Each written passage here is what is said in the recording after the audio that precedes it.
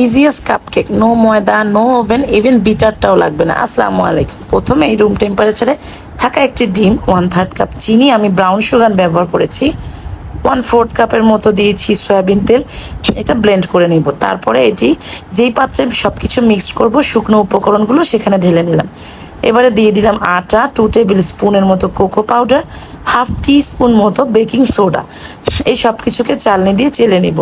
চেলে নিয়ে এর মধ্যে দিয়ে দিচ্ছি 1/2 টিস্পুন মতো চকলেট এসেন্স, ভ্যানিলা এসেন্সও ব্যবহার করা যেতে পারে।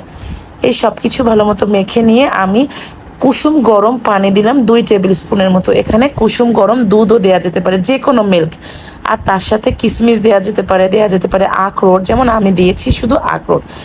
আমি 2.5 টেবিল স্পুন মতো ব্যাটার দিয়েছি কাপকেক মোল্ডে। আর এখানে আমি এই যে পাত্রটিতে এটা বানাবো, এটা আমি প্রিহিট করে নিচ্ছি 5 মিনিটের মতো।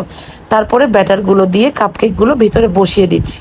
আমি 2.5 টেবিল স্পুন মতো দিয়েছি পার কাপ লাইনারে।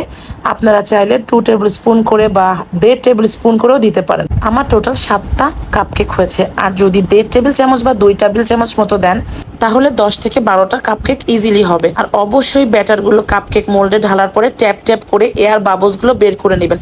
আমি একটু ভুলে গিয়েছি, যার কারণে এগুলো উঁচু নিচু হয়েছে। আর একটা আমি চায়ের কাপের মোল্ডে করেছি, সেটা কিন্তু আমি ট্যাপ করে এয়ারটা বের করে দেওয়াতে ওইটা কি সুন্দর মসৃণ হয়েছে। আর দেখতেই পাচ্ছেন কতটা সফট একটা কাপকেক তৈরি হয়েছে। আমি হাত দিয়ে প্রেস করার পরেও আগের অবস্থানে ফেরত আসছে। আর সবাইকে ধন্যবাদ আমার সাথে এতক্ষণ ধরে ভিডিওটা দেখার জন্য। একবার হলো ট্রাই করতে পারেন।